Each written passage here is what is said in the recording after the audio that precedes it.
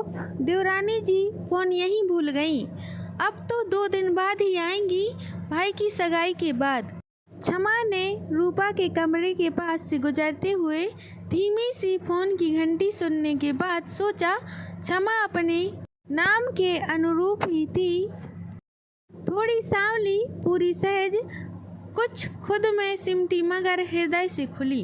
कल शाम ही रूपा ने उससे बेमतलब झगड़ा किया था, फिर उसके रूप और सरलता को लेकर कटाक्ष भी किए थे उस बेहद अमीर बाप की बेटी ने, और 10 मिनट पहले जाते हुए गले मिलकर भी न गई थी।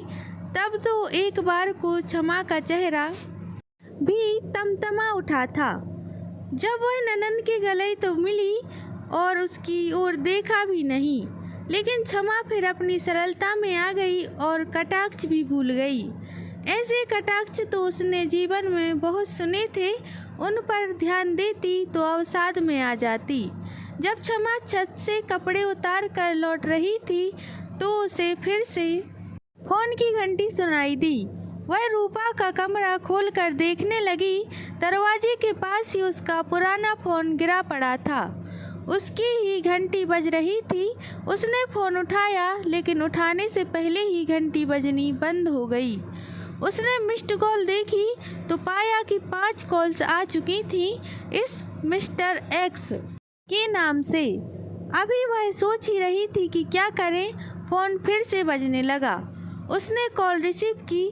हेलो जाने मन, इतनी नाराज़ क्यों हो कि फ़ोन ही नहीं उठा रही हो? उधर से एक पुरुष की आवाज़ आई। क्षमा को कुछ अच्छा सा नहीं लगा तो वह चुप रही।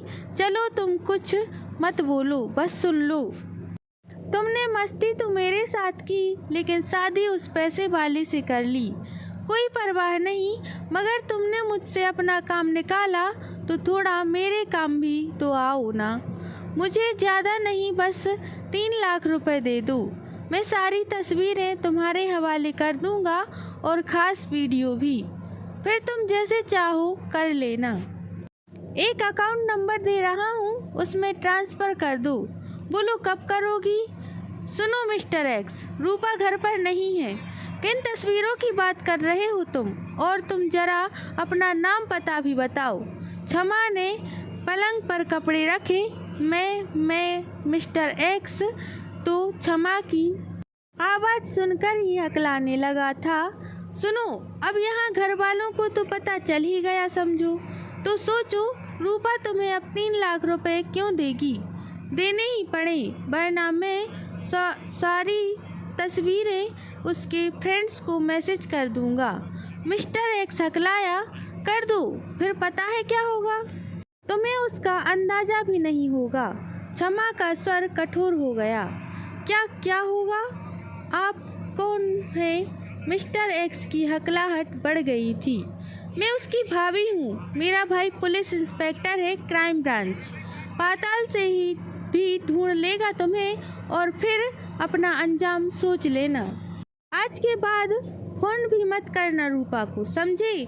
जितनी फ़ोटोज़ तुम्हारे पास हैं डिलीट कर दो और रूपा को भूल जाओ। अब वह इस खानदान की बहू है। क्षमा की आवाज़ अब बेहद कठोर थी। मिस्टर एक्स ने कॉल डिस्कनेक्ट कर दी। क्षमा कपड़े समेट कर पलटी तो दरवाजे पर आश्चर्यचकित, बदहवास और डरी हुई हालत में रूपा को देखकर चौंक गई। वह शायद फ़ोन लेने ही वापस आई थी और सारी बात सुनकर किंग कर्तव्य विमूढ़ थी।